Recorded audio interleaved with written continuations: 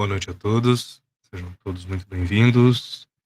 Primeiramente, eu gostaria de agradecer a cada um dos irmãos, das irmãs pela presença, também parabenizar cada um dos irmãos. A gente sabe o quanto a vida nos cobra diariamente para que nós estejamos voltados para o trabalho, para o serviço, para o financeiro, e buscar algo um pouco mais profundo do que isso é muito raro. Então é sempre muito importante parabenizar os irmãos por isso. Uma grande honra nós estarmos juntos mais uma terça-feira para a instrução de filosofia. Também na quinta-feira nós vamos nos encontrar para falar um pouco sobre o Yetzer Hará e a forma como a Kabbalah enxerga essas nossas más vocações.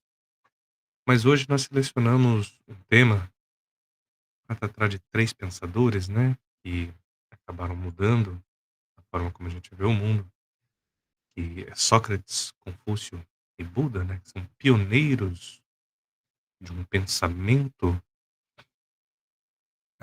novo para a sua época. Nós vamos ver que essas três personalidades, elas viveram muito próximas em questão de tempo, em lugares relativamente distantes, mas ainda assim que se oxigenavam uns aos outros através do comércio, através desse mercantilismo, né, que havia entre a Grécia, a China, a Índia.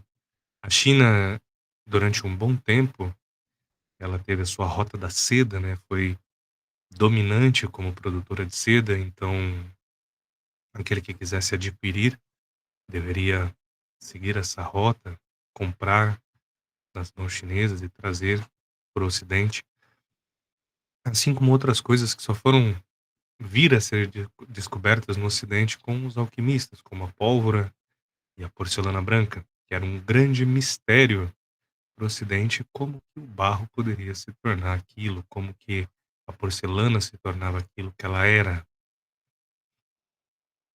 e como que esta pólvora era fabricada, algo que podia servir de estopim, ou então fogo negro, né? Que era uma espécie de óleo e era muito utilizado nas guerras. E uma vez que ele era incendiado, ele queimava até mesmo dentro da água. Então, uma pessoa, um contingente ou um batalhão que houvesse sido atacado por aquelas bolas embebidas nesse óleo, invariavelmente morreriam até o último ou até a última estrutura que estivesse em pé, fossem catapultas, trebuchets e etc. O primeiro pensador que nós trazemos é Sócrates. Ele viveu ali entre 470 a.C., seu nascimento, e foi convidado a tirar a própria vida em 399 a.C. Com toda certeza, cada um dos irmãos, das irmãs e de quem estiver assistindo esta aula agora, cada um de vocês conhece um pouco dessa personalidade que é Sócrates. Existe um pensador brasileiro chamado Mário Sérgio Cortella. Eu tenho certeza que todo mundo que tem afinidade com a filosofia o conhece, assim como outros filósofos, né? Pondé, Leandro Carnal, e assim por diante.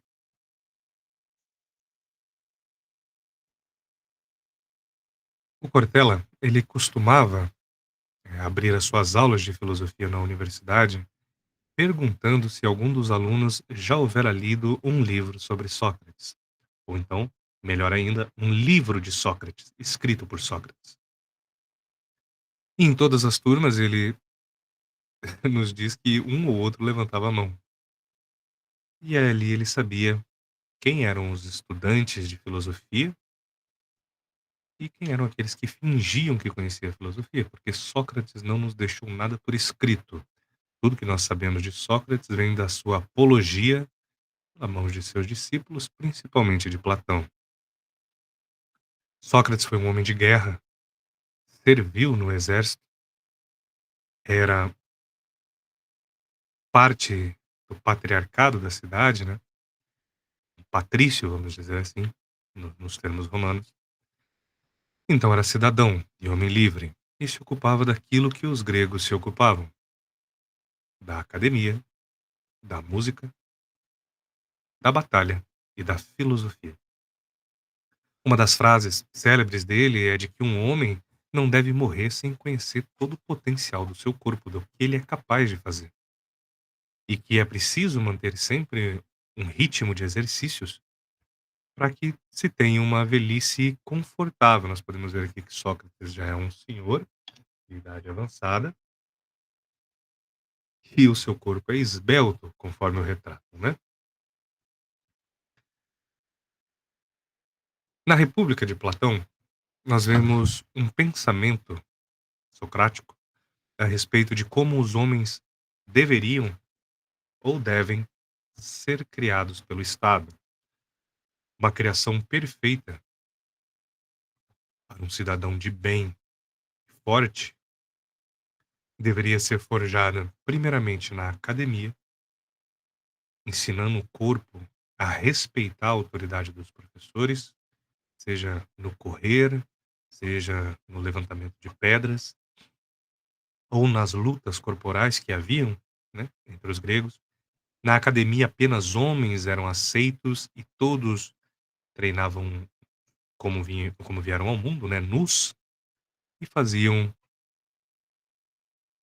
eh, os seus treinos de lutas com espadas e o wrestling, né, aquela luta greco-romana, como ficou conhecida para nós. Aquela luta onde há muito esforço físico, é quase como uma arte suave hoje aí do Bodhidharma, que é o jiu-jitsu, o judô, só que com um pouco mais de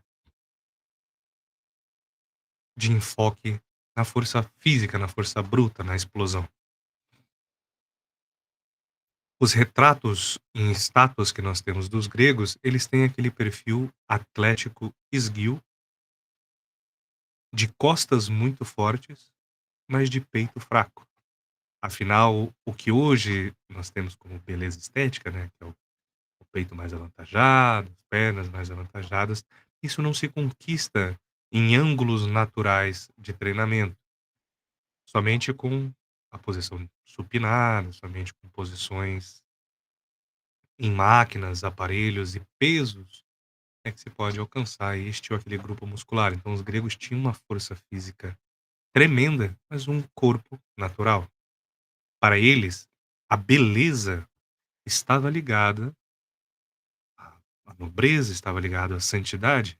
Existem registros históricos de uma moça que estava para ser assassinada num tribunal e o seu defensor público a despiu, tirou toda a roupa dela, deixou nua e ela foi absolvida, porque para os gregos a beleza estava ligada à pureza, e um ser tão belo não pode ser maquiavélico. Logo, ela foi absolvida dos seus crimes.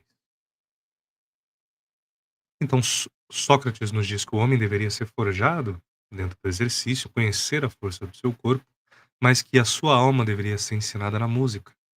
Ele deveria tocar um instrumento musical, uma cítara, uma lira, uma flauta dupla, né, como era muito comum à época, para que a sua alma também fosse treinada na harmonia do universo. E após isso, se fosse homem voltado à política, deveria se iniciar na filosofia, nos conhecimentos políticos.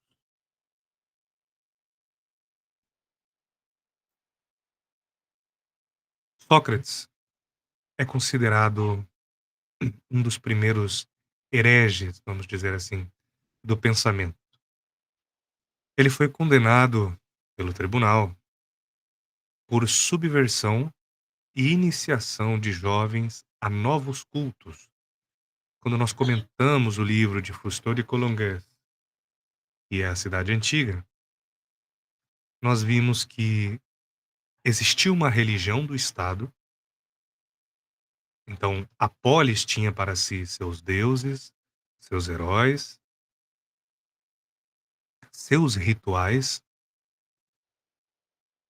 e o líder da casa, o patriarca, o pai da família, tinham os seus ritos do lar, com os seus manês, com os seus deuses do lar, seus antepassados, os quais eles sustentavam com uma pira caseira, né, um fogo que jamais deveria ser apagado dentro de casa, e este fogo também era mimetizado do lado de fora. Existia um lugar específico na cidade onde o fogo jamais poderia se apagar, o Pritaneu. Então, aqueles que vêm julgar Sócrates o colocam numa situação desconfortável, porque nós vamos ver ao longo de todos os livros de Platão, seja Fédon, seja a República, né, e tantos outros, onde Sócrates é a figura principal, que ele sempre está em honraria aos deuses, em sacrifícios aos deuses, a Deus, ao Deus e assim por diante. Quando ele foi posto a julgamento, os seus pretores, né, os seus juízes, não queriam lhe deitar a sentença e disseram a ele: Sócrates, vamos abrir então as cartas. O que você acha justo para que você seja liberto? Quer dizer, estavam deixando que ele decidisse a própria pena. Ele poderia ter pedido para pagar uma multa, ele poderia ter pedido um tempo de exílio da cidade, ele poderia ter pedido muitas coisas. Mas ao invés de assumir alguma culpa que tivesse para si, ele rechaçou dizendo: um homem como eu, que fez o que fez, que viveu como viveu, deve ser sustentado pelo Estado com honrarias até o momento da sua morte. Colocou os seus juízes em xeque. Se ninguém o queria julgar, E ele agora, julgando-se favoravelmente, obrigava-os a sentenciá-lo à morte ou ao exílio. Naquela época não tinha muita diferença. Inclusive era preferível que um homem de bom caráter decidisse pela morte, porque seria enterrado com seus antepassados, manteria a posse dos bens familiares para os seus descendentes e assim por diante, né. Não que seus filhos se tornariam de alguma forma bastardos, não é isso, mas a família estaria em mancha, né, por um pai de família que era o sacerdote da casa, figura de autoridade, um rei dentro do seu lar, podendo vender os seus filhos, colocá-los como escravos para pagar dívidas e até mesmo matá-los. A lei permitia isso, ser tratado como um pária, um criminoso, um estrangeiro. Sócrates, então, sendo consultado pelos seus seguidores, diz que não vê motivo para correr. Eles dizem: mestre, foge, a gente segura os homens aqui até que o senhor tenha fugido, vai viver. E ele decide que não, que para ele é melhor estar morto. Quem sabe se ele ia para um lugar melhor ou estes ficavam. Então ele é constrangido a tomar a cicuta. E cicuta é um veneno. Nós temos uma outra figura que vai vir após ele, que é Kung Fu Tzu. Ele viveu de 551 a.C. a 479. Vocês conseguem perceber que é um tempo bem próximo entre estes dois. Um nasceu em 470 a.C. e o outro em 551 a.C. Nós temos algo em torno de 2 gerações entre um e outro. Perdão. Kung Fu Tzu também viveu num tempo muito complicado para se existir. Era uma época em que a China era muito belicosa, com seus warlords, né, vamos dizer assim, seus mestres de guerra, e quem podia mais incitava o outro a sofrer mais, tomando posses uns dos outros e assim por diante. Os homens não gostavam de se envolver em política, porque ninguém sabia o que passava na cabeça dos monarcas e desses mestres de guerra, senhores da guerra. De forma que políticos eram assassinados à torta e à direita. Se algo que ele fizesse dentro do seu trabalho não estivesse bom, ele poderia ter a vida ceifada. E se o que ele estivesse fazendo fosse muito bom, ainda assim ele poderia ter a vida ceifada. Então, Kung Fu Tzu foi um homem de muito conhecimento, muita calma e que operou dentro da política do país. Algumas teorias vêm nos dizer que até mesmo a muralha da China, que foi uma construção milenar, quer dizer, levou 1000 anos para ser construída, traz algumas características que nos fazem pensar. As muralhas, quando são construídas, deixam as suas aberturas tradicionais na parte superior da muralha voltadas, né, com a face aberta para onde o inimigo vem. E essa face aberta na muralha da China está voltada para dentro da China, como se algo do lado de fora tentasse se defender dos chineses. E uma construção de 1000 anos é uma construção que dura gerações. Por que isto aconteceria? De qualquer forma, Kung Fu Tzu, Confúcio, Kung Fu Tse, né? O Kung Fu não é uma arte marcial apenas, né? O Kung Fu é um estilo de vida, tudo é Kung Fu. Vamos dizer, o Bodhidharma, né? Que são as artes marciais filosóficas. O que a gente vai ter um tempo para conversar de pensadores como Talal Husseini, né? Que traz para nós a Paz Guerreira, as 16 pétalas da Paz Guerreira. Um livro muito interessante, inclusive. Ele se torna um grande filósofo e influencia o pensamento do mundo inteiro até hoje. Pessoas até hoje se sentam para receber instrução dos pensamentos de Confúcio. Certa vez seus discípulos chegaram a ele e disseram: Mestre, como saber que um homem é bom? Se as pessoas dizem que ele é bom, pode-se julgar favoravelmente? Não. Só porque as pessoas dizem que ele é bom, isso não quer dizer que ele seja bom. E como nós podemos julgar um homem mau? Porque as pessoas o tratam mal, falam mal dele? Essa pessoa então deve ser tratada como má? Nem assim dá para saber que um homem é mau. O único jeito de saber se um homem é bom ou mau é se ele aproxima-se do que é bom e afasta-se do que é mau. Se ele se aproxima do que é bom, ele é bom.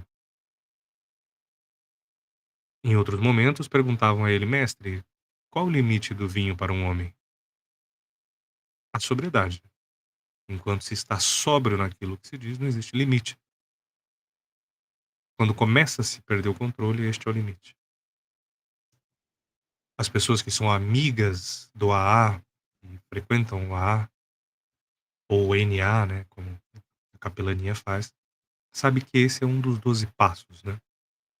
A crença em algo superior faz parte dos 12 passos. É, aceitar o problema, eu tenho um problema, um vício, eu sou adicto, né? Seja, é o mesmo vício químico, né? Tanto no álcool quanto na droga, é o mesmo, a mesma doença. Eles trabalham com o só por hoje, né? Então, só por hoje, não vou beber. Porque muito tempo pensando nisso causa uma ansiedade no adicto. Então, só por hoje ele decide não beber. Porque hoje, um copo é muito e a garrafa inteira é pouco. Então é preciso que ele não dê o primeiro passo, que é beber. Se está com vontade, deve procurar outra pessoa do AA por telefone, por mensagem, como for possível, e expressar o que está sentindo, pôr para fora. Kung Fu Tzu não está dizendo que beber seja uma coisa maravilhosa. Está dizendo que cada pessoa tem para si um limite. E que para aquele que não bebe, seja por opção, seja por puritanismo, seja porque deixou o vício, ele não se coloque numa posição soberba de pensar: eu não bebo e sou o melhor. Enquanto o homem com quem eu converso está sóbrio, não faz diferença nenhuma o que ele está bebendo, seja uma taça ou a garrafa inteira de vinho. Nós vamos ver pensamentos nesse sentido também com Jesus, né? Que é um grande pensador e de uma filosofia inteligentíssima, no qual as pessoas o repreendem por beber e ele faz menção a João Batista. Veio João, que não comia e não bebia, e o chamaram louco. E vem o filho do homem que come e bebe e dizem que tem um demônio. Então as pessoas nunca estão satisfeitas com aquilo que elas veem. E Kung Fu Tzu sabia disso também. Preciso lembrar que João Batista ele era um asceta, né? Morava no deserto, era chamado a voz que clama no deserto, né? Como uma forma de lembrar o profeta que dizia isto, né? Eu sou a voz que clama no deserto. Isaías, né? Perdão. Comia gafanhoto, se vestia com pele de carneiro e usava um cinto. Pele de carneiro não, de camelo, perdão. E todas essas coisas são kasher, né, o comer os insetos se encontra na kashrut, né, pode comer. De qualquer forma, aquilo que ressoava no passado continua ressoando hoje. Sócrates foi tido como um subversivo porque tinha uma forma diferente de agir. Nós sabemos que na Grécia era muito comum, o romance com concubinos, com concubinas, uma certa lascívia entre as pessoas. Isso era natural, fazia parte da cultura, tanto dos gregos quanto dos romanos. Sócrates sempre se dedicou à sua esposa, dizendo que ela era tudo para ele. Não tem por que me envolver com mais ninguém, porque tenho minha esposa em casa, e a essa eu amo. A forma como ele tratava a filosofia como a defesa da justiça e não da melhor forma de argumentação, feria o pensamento da época. Nós sabemos que esse pensamento grego vai ecoar até mesmo nos romanos. O conceito de advogado nasce de um grupo de pessoas que conheciam a lei. Só que a lei para Roma, assim como para os gregos, ela era uma espécie de mágica, que nós não criamos tropeços com essa ideia, tá bom? Recitar uma lei era como recitar um trecho mágico da lei. Nós sabemos que todas essas cidades são criadas a partir da religião. e não a religião criadas a partir da cidade. Roma é edificada pela sua religião, né, com os deuses que vêm lá de Troia, e assim por diante. Então o advogado era aquele homem que conhecia a forma de recitar a lei de forma perfeita, né, e fazia o pronunciamento da lex, em latim para os romanos. Existem registros de casos que foram perdidos, porque o defensor de certa pessoa pronunciou errada a sentença, dizendo em certo ponto que não se poderia cortar a árvore, né, do território do vizinho, e na verdade a lei dizia videira. E aquele havia cortado a videira, então, como ele não expressou o pensamento de forma retilínea com a lei que era pronunciada de forma quase mágica, vamos dizer assim, de forma religiosa, ele perdeu a causa.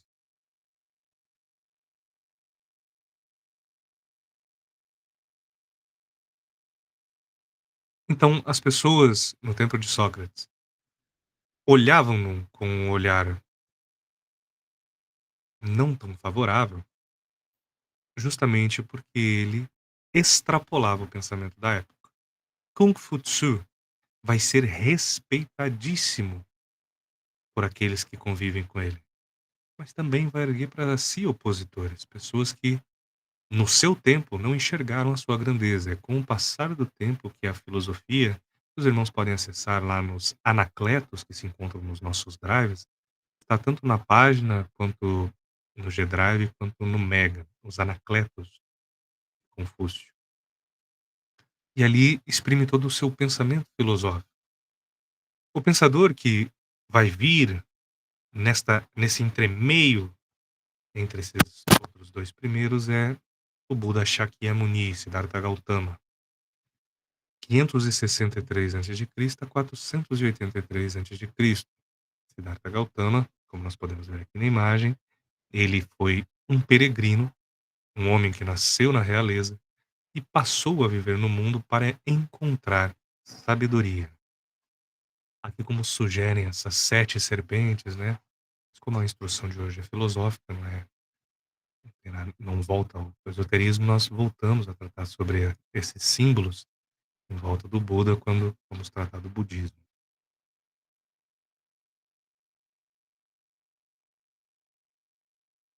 Siddhartha nasce num momento onde o pensamento está enrijecido dentro do território indiano, com a recitação mecânica dos Vedas. Eram poucos os mestres que se dedicavam ao corpo filosófico, os Upanishads, os Brahmanes, que se estavam, começando a trazer estes épicos para dentro da tradição hindu, né, junto com os yogis e tudo mais.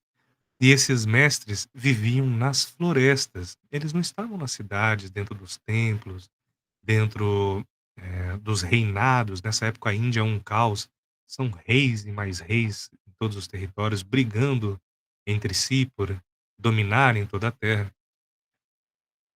Siddhartha é anunciado, né, por um oráculo no qual diz que ele se tornaria ou então um homem santo, ou então um imperador da Índia, e seu pai viu nisso algo incrível, e o tratou como se fosse já o imperador, com mulheres, com bebidas, com músicas, com vinhos, sem sofrimento, sem nada. E é aos poucos que ele entende que o seu caminho não é ali, que algo ecoa no mundo e não só nele, de que existe mais para ser vivido do que simplesmente as luxúrias do corpo. Alguns dos pensamentos desses homens, lá por Sócrates, é o só sei que nada sei. É aquela frase que nos parece muito batida. Todo professor de filosofia começa explicando por isso, filos, amigos, sofia, sabedoria, filosofia, amigo da sabedoria. Mas o só sei que nada sei, ele é muito grande, porque uma coisa é não saber de nada, e a outra é saber que não se sabe. Quando eu tenho noção de que eu sou ignorante sobre um certo assunto, eu me permito aprender. Quando eu julgo na minha ignorância que eu conheço tudo, então eu só quero discutir. E debater e discutir são 2 coisas diferentes. Se debate com pessoas de um bom calibre moral.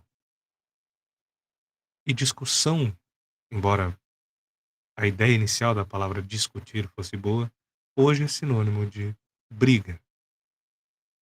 As pessoas defendem ideias sem conhecê-las.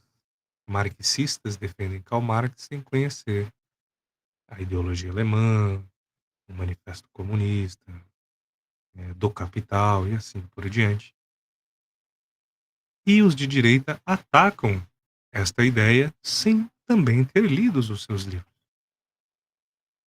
É impossível julgar uma ideia sem conhecê-la. Mais uma vez, nós não vamos envolver política aqui em momento nenhum.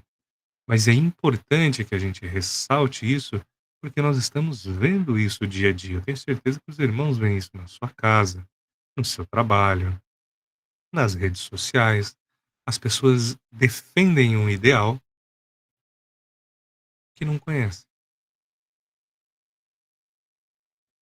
Porque defender este ou aquele homem por mera afinidade, como se fosse um concurso de popularidade. Não é preciso antes eu entender o que é a democracia? Se eu entender que a democracia é feita do equilíbrio entre o progressista e o conservador, então eu sei qual é o eixo em que eu tenho que me posicionar. Se propostas da esquerda fazem sentido, nós as aceitamos. Se propostas da direita fazem sentido, nós as aceitamos. Porque o que faz bem à população não é o viés progressista ou conservador. É bom ser progressista em certas ideias. É bom ser conservador em outras. E tudo exige pensamento, comedimento e calma. Defender ideias só porque este ou aquele grupo propôs essas ideias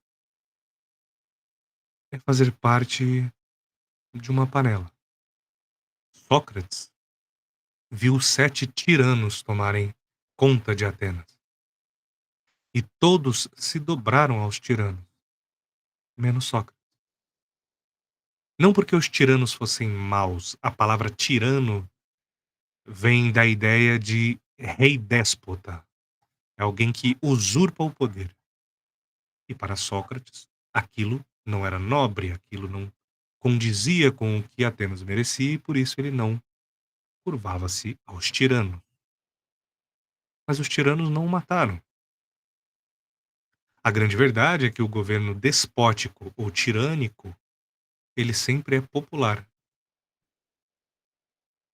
pois exige que a massa esteja ao seu redor, o cuidando, o habilitando a fazer isso. Quem está dizendo isso não sou eu, é Thomas Hobbes, Montesquieu e dezenas de outros pensadores políticos.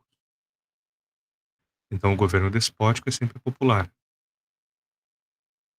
E o governo patriarcal, monárquico, etc., ele é sempre da burguesia, né? Vamos dizer assim, que esta classe que ascendeu ao lugar da nobreza, né? Hoje nós não temos mais nobreza, mas na época havia uma nobreza, que eram os patrícios, os latifundiários, os donos de muita terra, de muitas posses, sempre foram a favor de um senado, uma república dominada por senadores, no qual elegia-se um, um cabeça, né, para o senado, o qual durante muito tempo, durante o triunvirato, né, foi Júlio César, e depois entra uma guerra entre os outros 2 membros do triunvirato, no qual Júlio César se declara protetor de Roma, né? É a primeira vez que o exército de Roma invade Roma. É uma história sensacional de Júlio César, inclusive, nós vamos tirar um dia para ver essa história. Um gênio de guerra, enquanto lutava com a Germânia, né, o que hoje ali é a parte da Alemanha, etc. Enquanto lutava com a Germânia, encurralando esses homens ao centro de um território, foi cercado por outros homens e construiu uma muralha para dentro e para fora. E eles ficaram no meio, entrincheirados.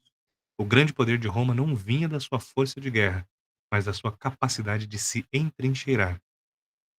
E no meio dessa batalha, os que estavam dentro acreditavam que o que estava acontecendo fora era o exército romano chegando em peso, e os que estavam fora acreditavam que o que estava acontecendo ali dentro era o exército romano, em grandes quantidades. E defenderam essas muralhas dos agressores, que eram muito mais numerosos fora, e fizeram com que se rendessem os homens que estavam dentro e conquistaram grande parte da Germânia.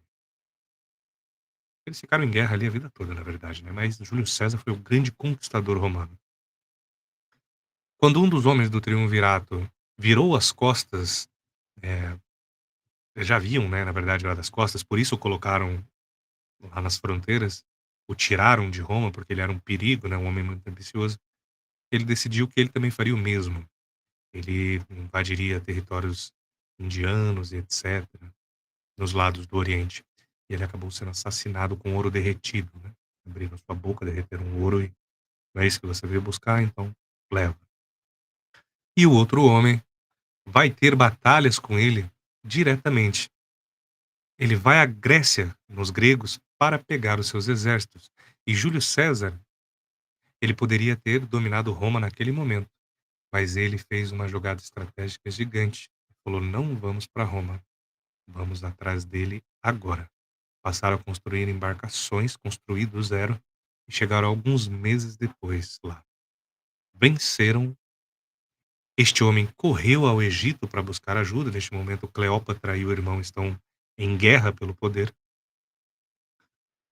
E ele é assassinado pela mão do faraó. Júlio César, quando chega, encontra seu inimigo já morto.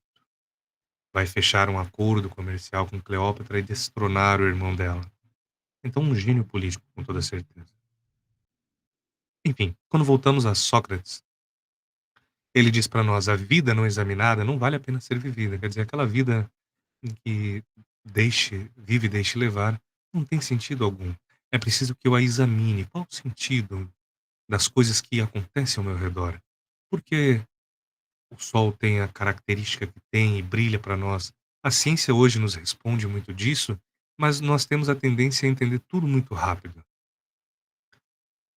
E não meditamos mais naquelas coisas que antes nos fascinariam. Ontem foi uma lua cheia, né, uma super lua cheia azul, e eu fiz questão de desligar todas as coisas e subir ao solário para poder assistir esse espetáculo. Contudo, aqueles que estavam aqui embaixo não deixaram a tela do computador. O mais importante era estar ali passando imagens para frente, né, sei lá, o que ficaram fazendo. Então a vida deve ser examinada em todos os quesitos. Não somente nos fatores externos, mas também e principalmente naquilo que é interno. Por que eu ajo desse jeito? Por que eu sou assim? É possível que eu mude esse defeito numa qualidade? E essa vida então vale a pena ser vivida. Ou ou conoscete ipsum, né? O cognoscite ipsum, conhece-te a ti mesmo e conhecerás o universo e os deuses. É uma frase célebre de Sócrates que não precisa mais ser nem mesmo citada. Se eu conheço aquilo que está em mim, dentro de mim, através dessa inspeção, né, de examinar-me a mim mesmo, então eu conheço as coisas do universo e também aquilo que os homens falam dos deuses.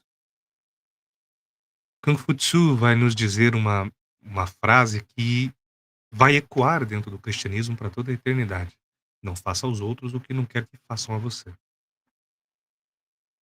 Essa frase foi registrada primeiramente nos pensamentos de Confúcio e vai ecoar dentro do pensamento do cristianismo. Isso é algo novo para a jurisprudência, vamos dizer assim.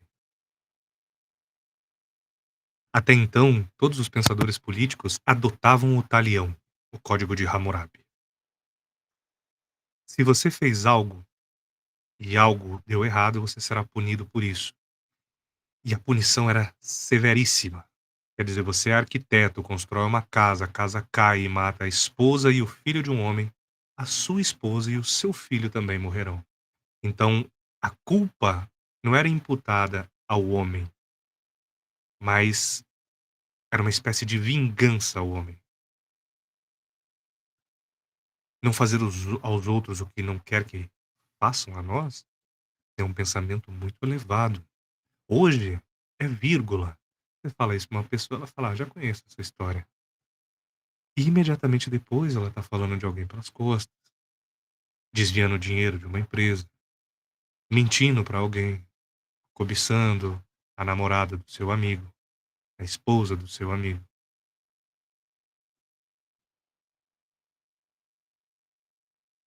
É preciso que esses pensamentos achem em nós um espaço para ecoarem, para que nós peguemos essa sementinha e transformemos ela numa árvore boa, bacana, onde nós possamos ter sombra embaixo dela. Estudar sem pensar é esforço vão.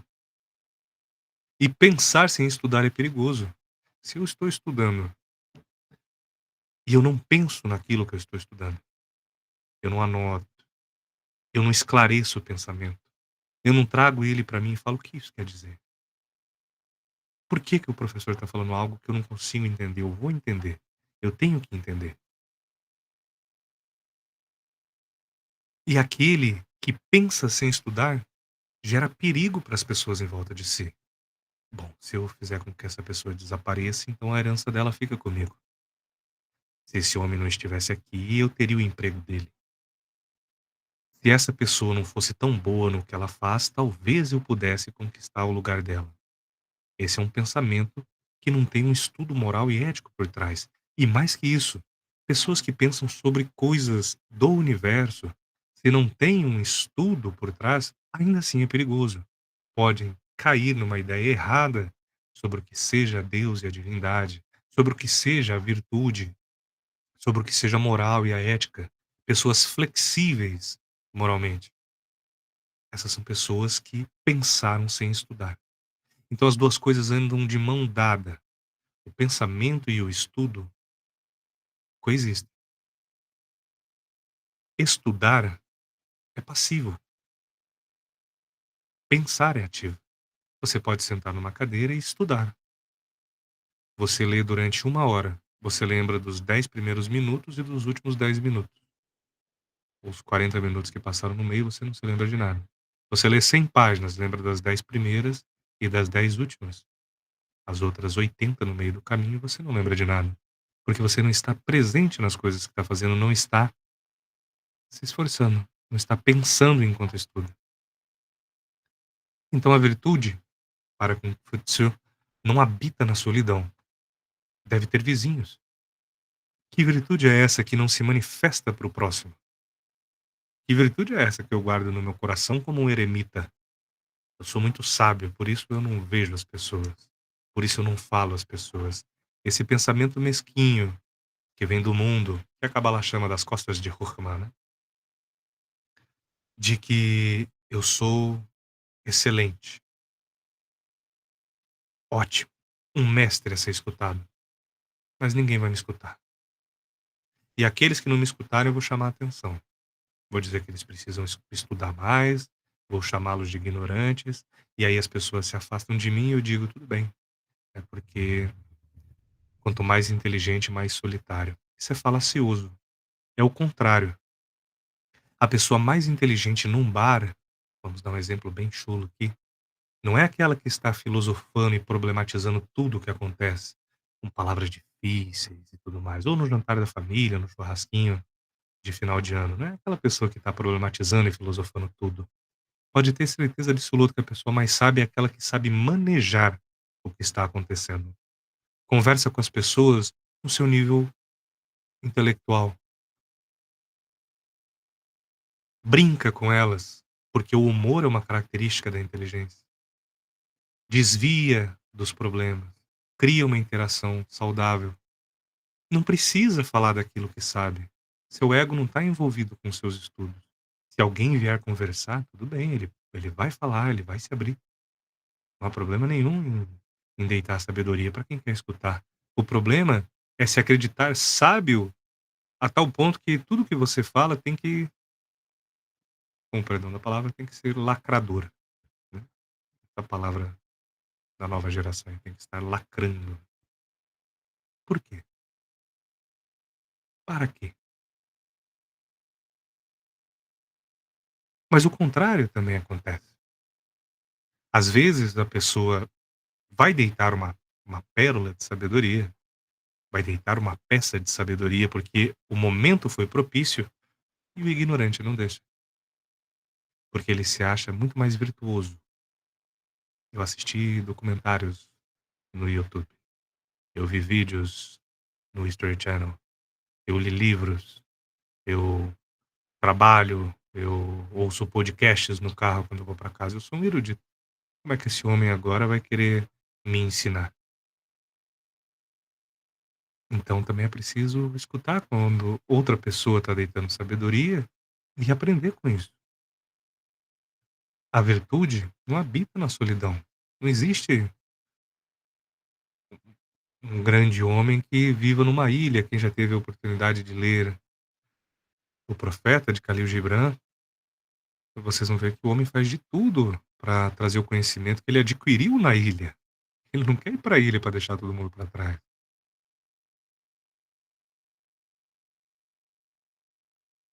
E por fim, Siddhartha Gautama, ele vem nos dizer que a dor é inevitável, mas o sofrimento é opcional. Quer dizer, um problema aconteceu comigo.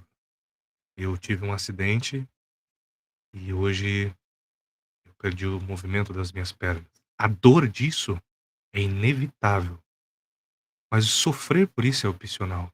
Se você entra num estado de vitimismo, e é lógico que esses estados vão vir, certo? Você vai vencer esses estados. Não quer dizer que tudo seja positividade o tempo todo, sorriso para todas as coisas. A gente nem defende esse pensamento good vibes que hoje toma conta de todo o círculo esotérico, etc.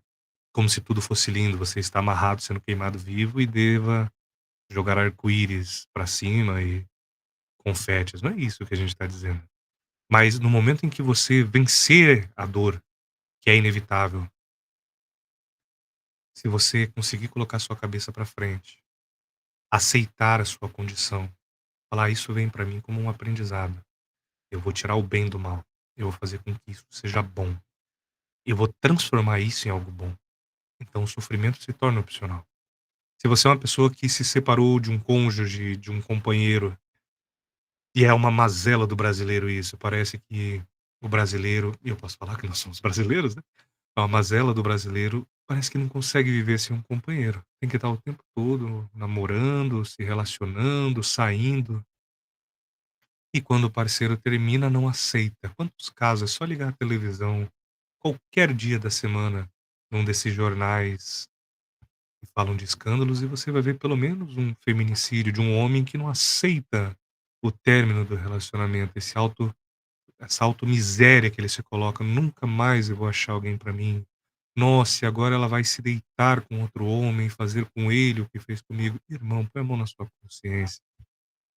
Quão pequeno está sendo você ao pensar sobre isso. Liberta todo mundo, seja livre.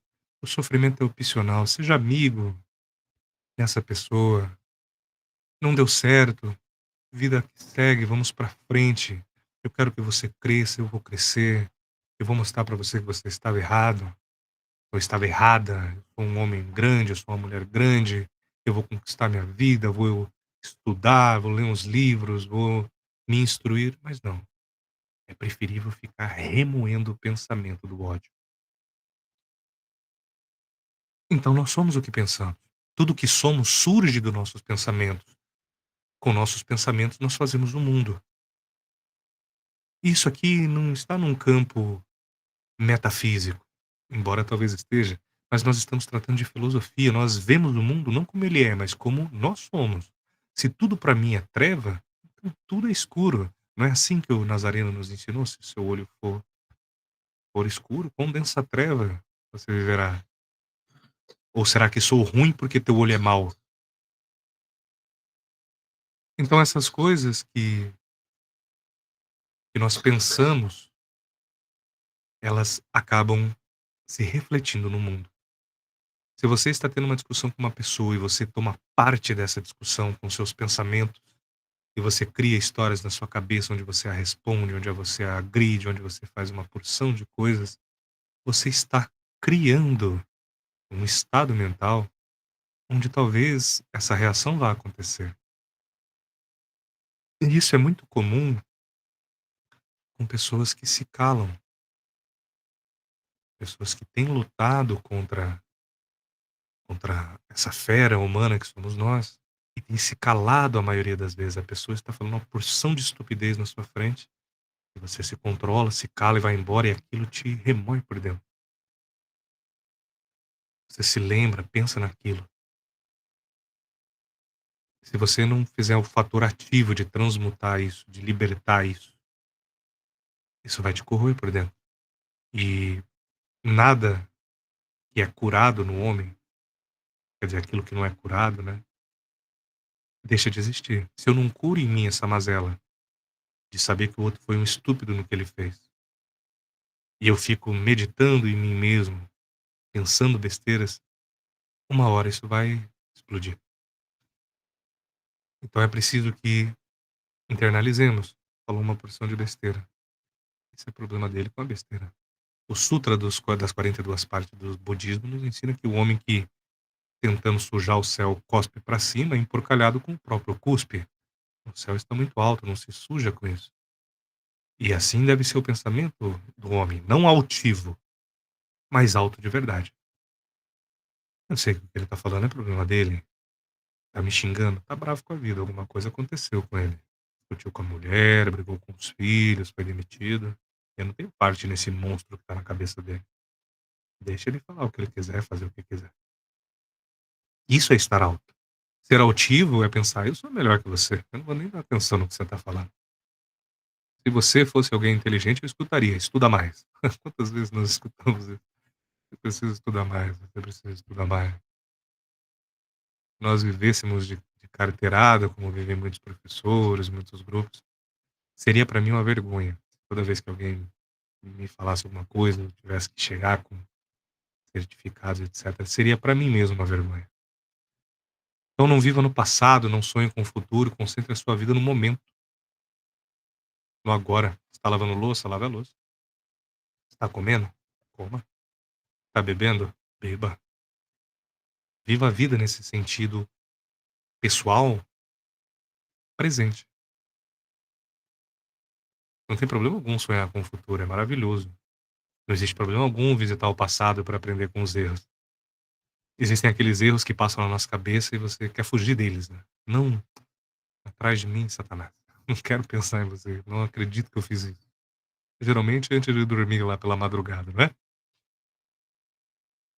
Aceita o pensamento. Assiste.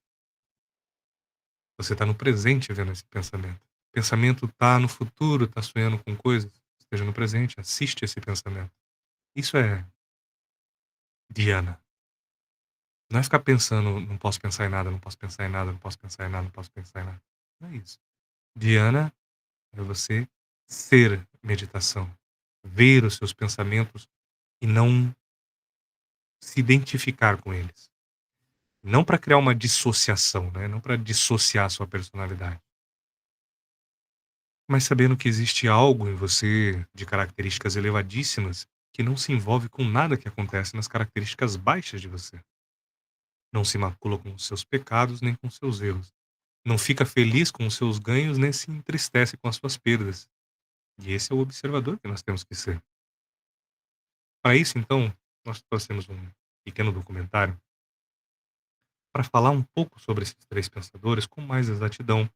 É um documentário da BBC, todos os créditos ficam, na BBC, a empresa de documentários britânicas, o canal, né, britânico da BBC.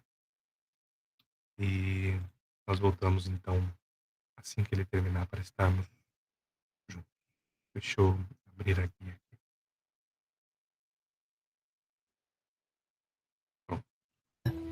Grandes pensadores do mundo antigo cujas ideias ainda moldam nossas vidas. A riqueza é algo bom?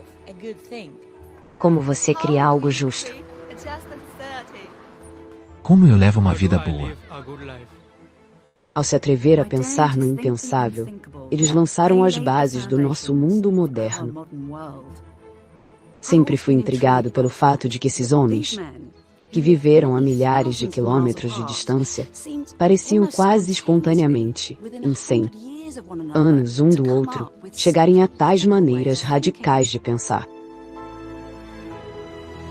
Então, o que estava acontecendo? Quero investigar suas ideias revolucionárias para entender o que os motivou. Neste episódio, estou seguindo os passos desse filósofo mais enigmático, Buda, o buscador errante da verdade que desafiou a ortodoxia religiosa. Casta não era uma barreira. Sacerdotes não eram necessários. Analisar seus pensamentos e desejos desencadeou insights revolucionários. Este é o ensinamento de Buda. Tudo está sujeito a mudanças. Colocando Buda em seu caminho para a iluminação. Uma forma totalmente nova de ser. E uma fuga do sofrimento da vida. Tecnologicamente, é uma questão muito complexa. Rob He.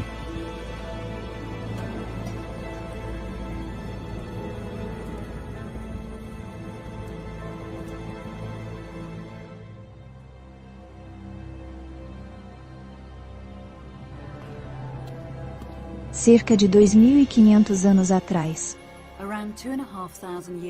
um jovem tomou uma decisão que mudaria sua vida. Foi dito que no meio da noite ele deixou sua casa. Parando apenas uma vez para dar uma última olhada em sua esposa e filho recém-nascido. Ele então saiu silenciosamente para a escuridão. Foi o início de uma jornada que o levaria dos sopés do Himalaia e terminaria aqui nas planícies do norte da Índia. Sua missão era dar sentido à vida humana. Para mim, é genuinamente emocionante que o que Buda descobriu há 25 séculos continue a inspirar centenas de milhões de pessoas pelo mundo. Como uma religião ou sistema de crenças. O budismo evoluiu, assumindo formas diversas em diferentes culturas. E como uma filosofia, sua relevância não diminui com o tempo. O fato de ainda estar em ascensão mostra que é uma poderosa maneira de navegar em nossos tempos modernos. Transmitido do mundo antigo que Buda habitava.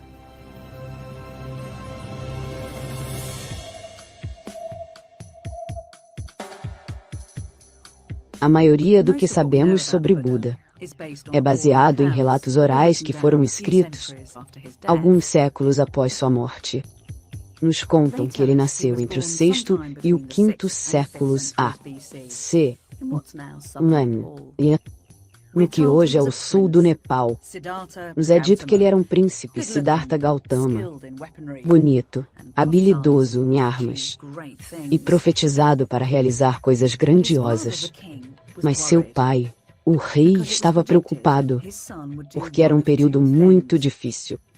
Mas foi previsto que seu filho faria uma de duas coisas: ficar no palácio do rei e se tornar um imperador, ou deixar sua casa e se tornar um grande líder religioso. O rei, preferindo que seu filho fosse um imperador mais convencional, cercou o príncipe com luxo para prendê-lo a uma vida mundana. As ruas foram limpas de todas as visões desagradáveis. Então ele estava blissfully unaware do sofrimento no mundo. Mas o plano fracassou. Um dia, enquanto estava em sua carruagem, ele viu, inesperadamente, um velho. Mais tarde, viu um homem doente. E depois um cadáver. Testemunhando a dor e a fragilidade da existência humana. O abalou até o âmago. Quando o príncipe viu um homem santo, ele se inspirou com a história, e seu destino foi selado. Tenho que dizer que esse relato colorido da vida de palácio inicial de Buda tem mais do que um toque de fábula. Parece ser uma espécie de história heróica de livro didático, mas também parece refletir uma crise existencial real. Buda observou que nossas vidas eram permeadas pelo sofrimento. Sua busca era descobrir se há uma maneira de superá-lo.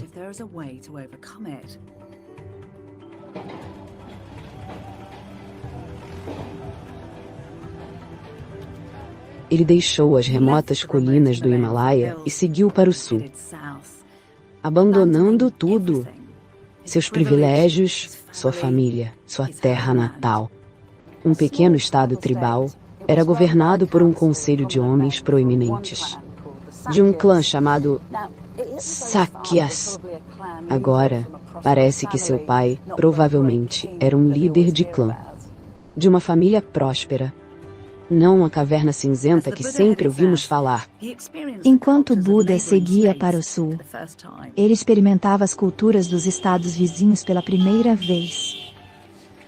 Chegando aqui, teria visto tudo, com os olhos de um estranho curioso, assim como aqueles outros filósofos revolucionários de sua época, Sócrates na Grécia e Confúcio na China.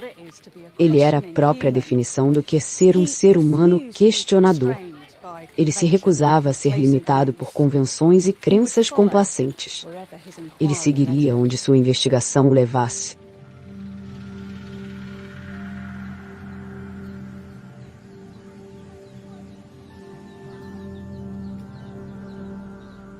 Uma das primeiras coisas com as quais Buda teria se deparado foi a religião dos Brahmins, uma casta sacerdotal que dominava a paisagem cultural do mundo indiano.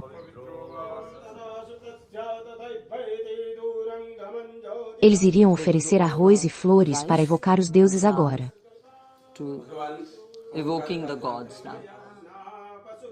Os Brahmins eram responsáveis por recitar as escrituras. Eles também eram responsáveis por recitar os Vedas, um antigo corpo de ensinamentos divinos e hinos, em espaços sagrados e nas casas das pessoas, assim como fazem até hoje. Outro papel fundamental era realizar sacrifícios para convencer os deuses a manterem a ordem do cosmos e proporcionar prosperidade. Todas as antigas escrituras. Você viu como os Brahmins aqui estavam apenas recitando um após o outro. Eles conseguem continuar por 3, 4 horas. Eles memorizaram todos os rituais. Eles sabiam quais vibrações, que tipo de alimento, como a água deveria ser, como a terra deveria ser. Que espaço era necessário? Eles tinham todo o entendimento de como se comunicar com os deuses. Que tipo de ritual eles eram responsáveis? Se alguém morresse e você precisasse fazer os últimos ritos, era o Brahmin que fazia isso. Se houvesse uma seca, você chamaria o Brahmin para evocar o deus da chuva. Toda a vida, então, dependia do sacerdote, o Brahmin, que tinha o conhecimento. Isso deve tê-los dado um poder real. Eles sempre dominaram o restante. Quer você chame de sistema de castas ou de diferentes níveis, eles tinham a posição mais alta. E em seguida vinha a comunidade guerreira. Os Rajputs, os combatentes, os governantes. Depois vinha a comunidade empresarial, os Vaishnavas. E então vinha a comunidade que prestava serviços. Os sapateiros, os ferreiros. E assim era a sociedade bramânica.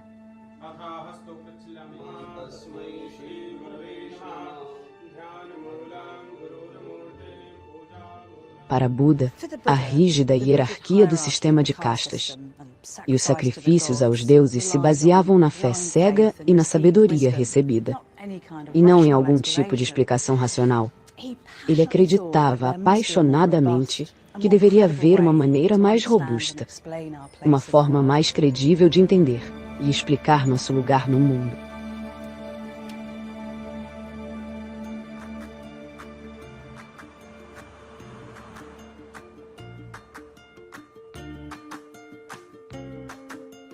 A jornada de Buda continuou, rumo à planície do Ganges.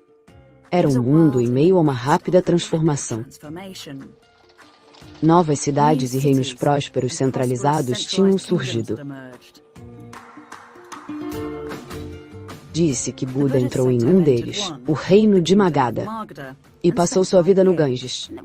Ele passou um tempo aqui na capital mundial, Rajagriha. Ao longo dessas muralhas, ainda é possível experimentar a antiga cidade, como Buda conhecia.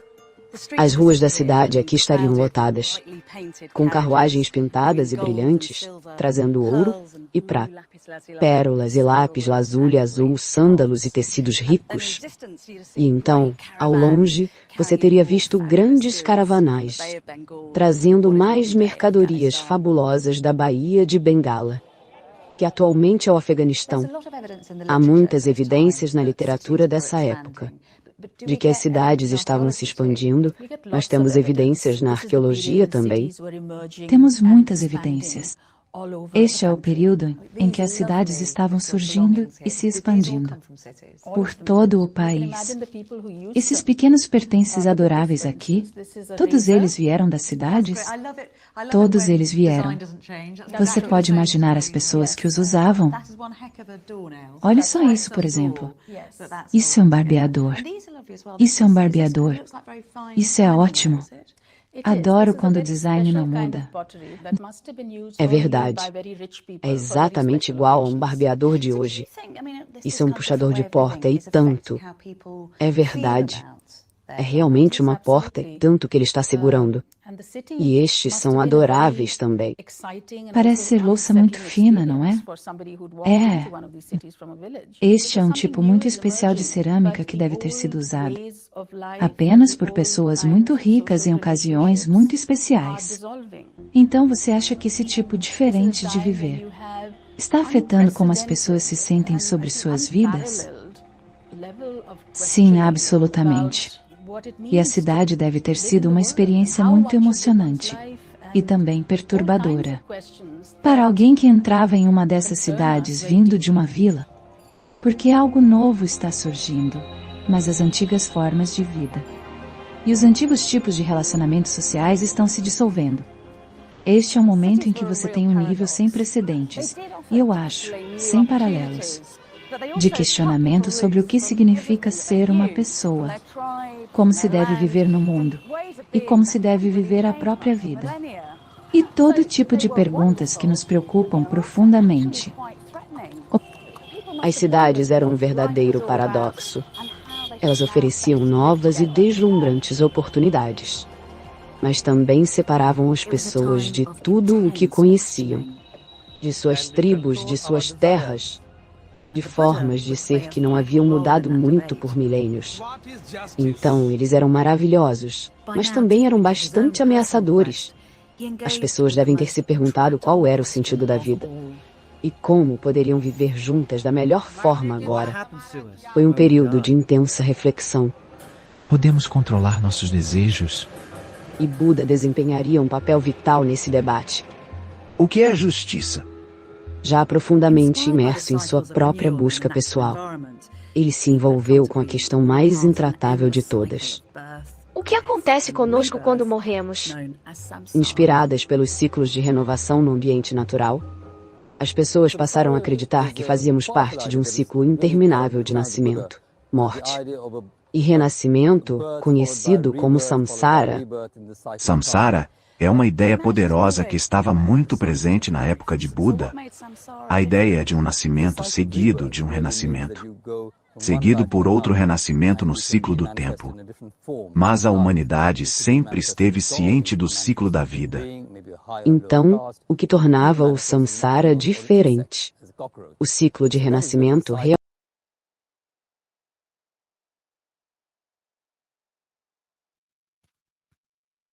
Bem, meus irmãos, conforme o documentário tenha perdido um pouco da sincronia, né? Afinal, ele foi traduzido por inteligência artificial. Nós vamos deixar ele dentro do nosso drive, para que os irmãos possam assistir no melhor horário. O que é essa história de Siddhartha e toda a sua relação de mudança de paradigmas da antiga cultura Vedanta a uma nova e libertadora filosofia, o budismo. Também para os nossos drives vão ser trazidas todas as temporadas do documentário do Morgan Freeman a respeito de Deus e as religiões. É importante que os irmãos assistam, porque nessas temporadas o ator e também narrador Morgan Freeman ele viaja pelo mundo conversando com personalidades icônicas de cada uma dessas religiões e criando pensamentos unificantes entre elas. A filosofia, ela deve, é lógico, buscar a sabedoria, buscar o pensamento metafísico e assim por diante, político, ético, moral, mas também deve desenvolver a tolerância. É impossível para qualquer buscador sincero alcançar grandes lelos, né, mundos superiores de pensamento, se ele não tiver tolerância com os seus irmãos, se ele não tiver resiliência quando encontrar uma pessoa de outra crença que vai o atacar. E é mesmo necessário que esse filósofo tenha para si um entendimento único de quem seja Deus, do que seja Deus. Nenhum de nós sabe, nenhum. E não adianta acreditarmos no nosso coração que vou fazer parte deste grupo, daquele grupo, desta egrégora, daquele carral, e ali eles vão me mostrar a face do Uno, porque não vai acontecer.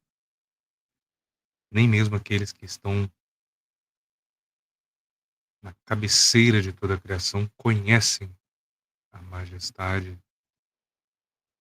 que é o tudo. Quem dirá um mero professor por aqui? Um homem cansado depois de um dia cheio, que chega do trabalho, prepara a aula correndo depois de dar janta para os filhos. Esse homem não vai poder nunca apresentar quem seja Deus. Esse homem continua buscando quem seja Deus. Estudamos aquilo que pode ser estudado. E aquilo que não pode ser aprendido pelos sentidos. Que não pode ser inspecionado pelas ciências. Que não pode ser tocado pela inteligência. A isso apresentamos como o contato místico do homem com Deus. Isso é muito pessoal, intransferível. O que nós podemos dar é a bagagem filosófica. E o irmão, com esta bagagem, pode tomar o rumo que decidir.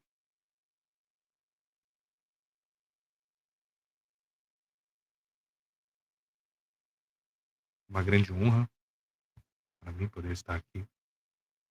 Um grande prazer, acima de tudo. Vir para cá é me empapar, voltar a me batizar, né? Esse pensamento que une a gente de uma forma ou de outra, mesmo à distância, mesmo tendo pessoas que estudam conosco, que estão em outros países, outros estados, outras cidades, nós estamos no mesmo lugar. Perdão. Quando olhamos para algo, uma distância muito grande, este algo está próximo de todo o resto. E nós olhamos para os irmãos, para as irmãs, para as nossas aulas, dessa distância. Então está tudo próximo. E Deus abençoe todas as mãos que permitiram que isso acontecesse. A criação de tudo permite que nós nos conectemos por esses meios digitais. Mais do que no passado, apenas por livros e cartas, né? Hoje nós temos essa possibilidade de estar mais próximo. E isso é muito bom. Documentário, na parte que vai para o YouTube, ele vai ser retirado, nem mesmo a abertura vai ser posta para que não haja problemas de copyright, né? Senão o vídeo ele é retirado do ar. Mas ele vai se encontrar lá no nosso Drive. Assim como os documentários que nós falamos do Morgan Freeman, que já estamos baixando eles completos, né? Como a maioria dos alunos são brasileiros, nós sempre optamos em trazer dublado os documentários, os vídeos, porque às vezes o irmão quer apenas escutar a aula, ou está assistindo pelo celular e força os olhos para ler, caso tenha legenda, né? Então nós sempre tentamos traduzir e legendar. Né? Então espero que essa mensagem tenha sido válida para os irmãos, que tenham encontrado de alguma forma um terreno fértil. Eu tenho certeza que cada um de vocês aqui já conhecia esses pensadores, já conhecia Sócrates, com certeza, já conhecia Confúcio, já conhecia Buda, já assistimos outros documentários, né, sobre Siddhartha Gautama e a sua história, mas é empapar-se, né? É o religare, é se ligar novamente a isso. O dia a dia vem apagando as coisas da nossa mente e nós vamos deixando elas de lado, a menos que elas criem em nós uma marca indelével, uma marca que não pode ser percebida, que não pode ser diferenciada de todo o resto. Essa marca se torna o meu pensamento, aquilo que eu sou, como eu reajo, como eu penso. E se ainda não é, tem que vir a ser. Essa instrução de Kabbalah na quinta-feira vai ser sobre o Sefer Hará, que é justamente sobre isso, sobre santificar o nosso mal. Até mesmo o mal tem uma razão para existir. E dentro do homem, este mal, de forma simbólica, alegórica, se encontra no ventrículo esquerdo, a alma animal, onde está o sangue, né? E também, de forma simbólica, no ventrículo direito, se encontra a alma divina, e as duas estão em guerra. Como aquela história de Yaakov e Esav, que as pessoas insistem em acreditar que são literais. Nós, como Urívica, sofremos essa dor do parto, onde parte de nós puxa para o profano e parte de nós para o sagrado. Mas uma nação vencerá sobre a outra, diz a Torá, de forma simbólica. Yaakov vence sobre Esav, quer dizer, a parte minha que deve voltar ao eterno, a parte divina vence sobre a parte material. Nós falamos sobre isso com mais calma na quinta-feira. Se os irmãos tiverem algum adendo, alguma palavra para trazer, eu vou ver se os microfones estão ativados.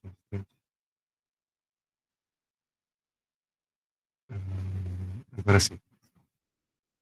Se os irmãos quiserem trazer alguma mensagem, a palavra com vocês, senão vamos à harmonia final.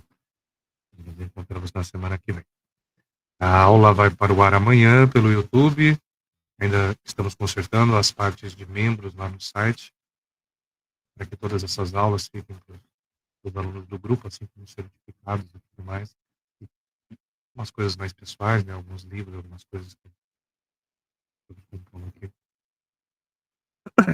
Perdão, peço que os irmãos tenham um pouco de paciência. Às vezes é um pouco difícil conciliar tudo, né? Vida profissional, vida familiar, espiritual, assim por diante. Fiquem em paz.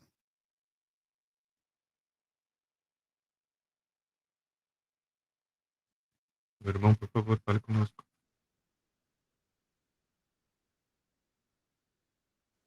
Primeiramente, meu irmão, gostaria de dar boa noite, né, ao irmão e a todos os irmãos, né, e agradecer, como sempre, viu, meu irmão, a dedicação que o senhor tem de sempre vir aqui, mesmo cansado, né, nos dar uma belíssima instrução, como sempre é, e perguntar acerca dessa questão de membro no site lá, né, irmão?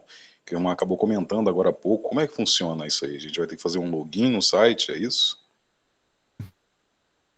Meu irmão, primeiro, muito obrigado. Cada vez que o irmão abre o microfone para falar, a gente sente um bálsamo, né? É uma voz muito bonita e também olha muito bem as palavras. Então, graças a Deus pela sua presença sempre.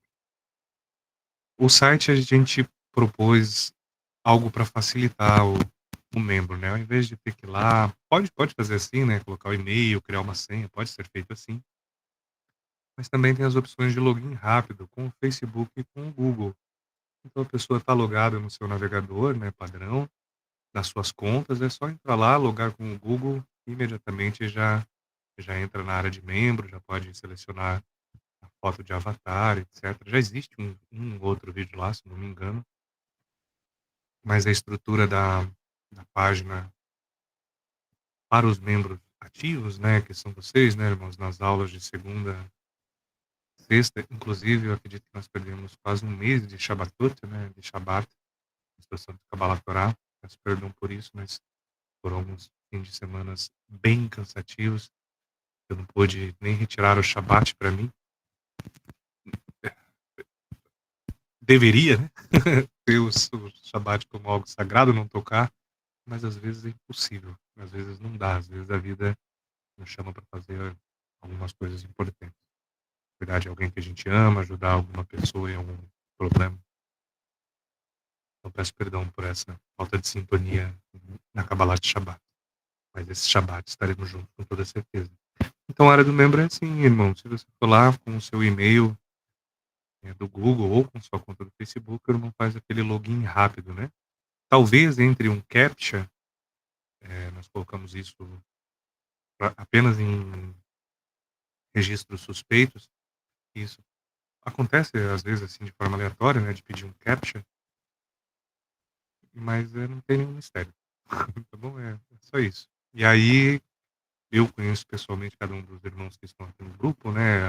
A presença nas aulas, agora com os nomes dos irmãos tudo corretamente, com as contas, os e-mails. Então a gente sabe quem são aqueles que vão receber um conteúdo mais nosso, né? Vamos dizer assim, mais nosso. A curiosidade não tem muito espaço por aqui. Os curiosos vieram e foram. Ficaram só os que são. Acredito que é isso, meu irmão. Ô, meu irmão, muito obrigado, viu? Paz profunda a todos os irmãos e até o Shabat, né? Desde quinta-feira nós temos a instrução de Kabbalah, né? Princípios cabalistas, conceitos cabalistas, perdão. E o irmão faz parte do carral, tá mais do que convidado, né? Tem que estar ali conosco. Ô, meu amado, perdoe, perdoe a ignorância, meu irmão. Acabei ignorando aqui, mil perdões, viu? Mas é isso mesmo. Quinta-feira a gente tá junto, então, meu irmão. Assim seja, assim é.